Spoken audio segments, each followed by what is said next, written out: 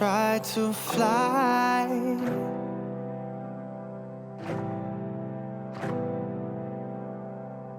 Друзья, всем привет! Рада приветствовать вас на своем канале. А сегодня у меня для вас коротенький обзорчик очень нежного фаленопсиса и увлекательное путешествие из жизни одного бутончика. Но это немножечко позже.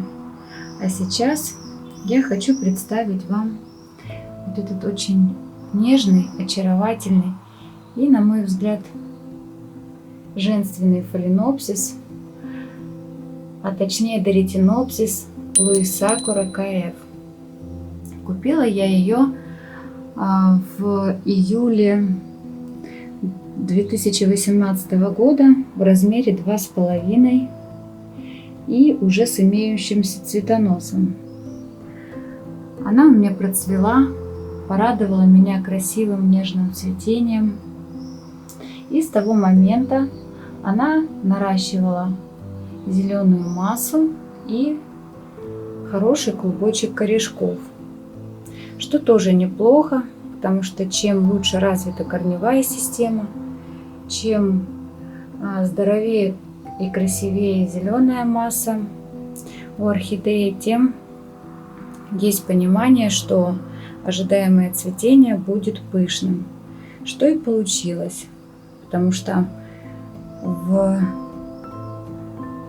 весной 2020 года в пазухах листочков я обнаружила долгожданное цветение. Сначала я подумала, что это детка, потому что было очень похоже на деточку, но все же в процессе того, как она растила этот цветоносик, я поняла, что это цветонос.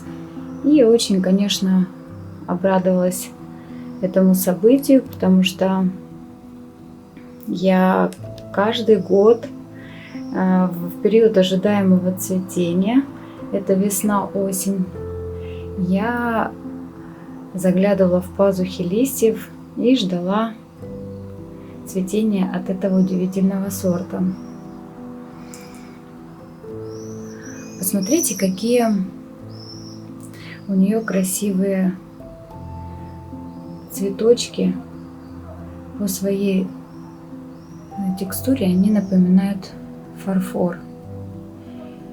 Сейчас солнышко не светит, не озаряет цветение, но когда цветочки попадают в солнечные лучи, они прям переливаются и искрятся такой, знаете, как алмазной стружкой, как будто иней на солнышке. Оттенки от сиреневого, нежно-сиреневого, розового, переходящие в белые. И у этого фаленопсиса есть такая особенность. Вот на петалиях есть желтые пятнышки. Они мне напоминают щечки. И такое ощущение, как будто фаленопсис стесняется. Но где-то примерно на 4-й день с момента раскрытия цветочка эти пятнышки выгорают и пропадают. Вот этот цветочек был открыт раньше, и уже эти пятнышки еле заметны. Вот эти цветочки посвежее, поэтому они еще ярко выражены. У нее очень красивая губа в форме такой лодочки и с таким медовым окрасом. Боковые петали имеют очаровательные рюшики. Размер цветочка 5 сантиметров.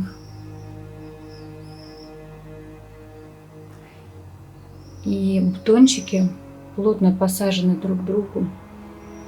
И когда веточка полностью распускается, она как будто усыпана вот этими вот этими необыкновенной красоты бабочками. А из моих наблюдений сакура любит попить водичку, поэтому я посадила ее в мох. Вот на дне горшочка дренаж из керамзита и субстрат у меня мох новозеландский. Есть такая особенность у этого сорта, необычный вид посадки. Ее надо садить таким образом, как будто фаленопсис нависает над поверхностью субстрата, то есть не углубляя шею. Тут наглядно показано, как надо садить сакуру, то есть она должна быть сверху субстрата. Корешочки у этого сорта вот такие мощные всегда растут. Это ее особенность. Розеточка очень компактная. Листочки аккуратные. У многих этот сорт держит не более 3-4 листиков. Но у меня за эти 2 года она нарастила много листочков.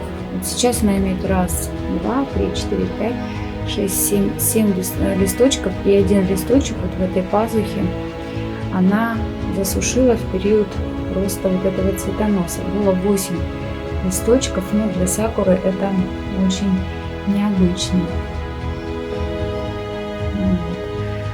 Ну что ж, дорогие мои, я сделала коротенький обзор, потому что еще будет один обзор, когда орхидея полностью распустится. И обязательно покажу ее красивое цветение. А сейчас, как и обещала, для вас будет таймлапс, как распускается бутончик с момента раскрытия до полного распуска цветочка.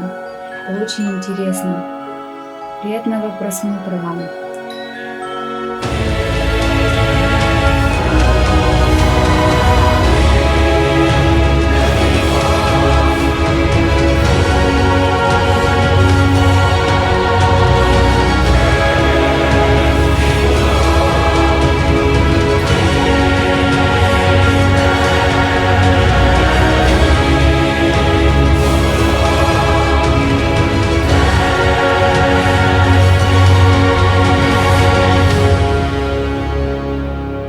Впервые на канале, подписывайтесь, ставьте лайки и до встречи в новых роликах. Пока!